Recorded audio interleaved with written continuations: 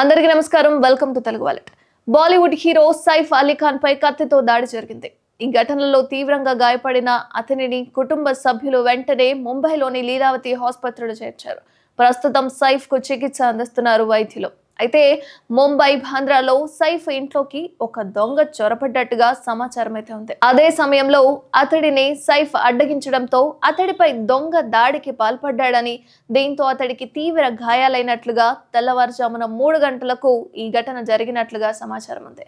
అయితే ఇంట్లోకి దొంగ రావడంతో కొంతమంది సేవకులు నిద్రలేచి మేల్కొన్నారట. ఇంతలో ఇంట్లో శబ్దం రావడంతో నిద్ర నుంచి మేల్కొన్న సైఫ్ బయటకొచ్చి ఆ దొంగను పట్టుకునేందుకు ప్రయత్నించారు. ఇంతలో ఆ దొంగ సైఫ్ పై కత్తితో దాడి చేసి అతడికి తీవ్రంగా గాయపరిచారు. కాగా ఘటన అనంతరం దొంగ పరారీలో ఉన్నాడు. అతడిని పట్టుకునేందుకు ముంబై పోలీసులు క్రైమ్ బ్రాంచ్ తీవ్రంగా గాలిస్తున్నారు. అలాగే సైఫ్ అలీ ఖాన్ భార్య నటి కరీనా కపూర్ ఖాన్, వారి పిల్లలు క్షేమంగా ఉన్నట్లుగా తెలుస్తుంది. ఈ ఘటనపై ఇంకా అధికారిక ప్రకటన అయితే వెలువడబోతోంది. ఇక ప్రాథమిక విచారణ అనంతరం పోలీసులు కేసుకు సంబంధించిన వివరాలను త్వరలోనే వెల్లడించే అవకాశం అయితే కనిపిస్తుంది.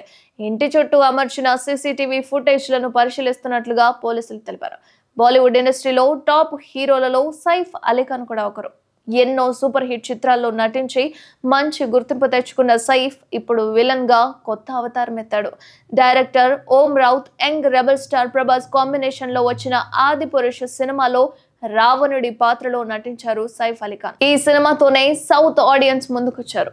ఆ తర్వాత గతేడాది సూపర్ హిట్ అయిన దేవర చిత్రంలో కూడా బైరా పాత్రలో కనిపించారు. ఆ తర్వాత ఈ మూవీతో మరోసారి తెలుగు ప్రేక్షకులకు దగ్గరయ్యారు.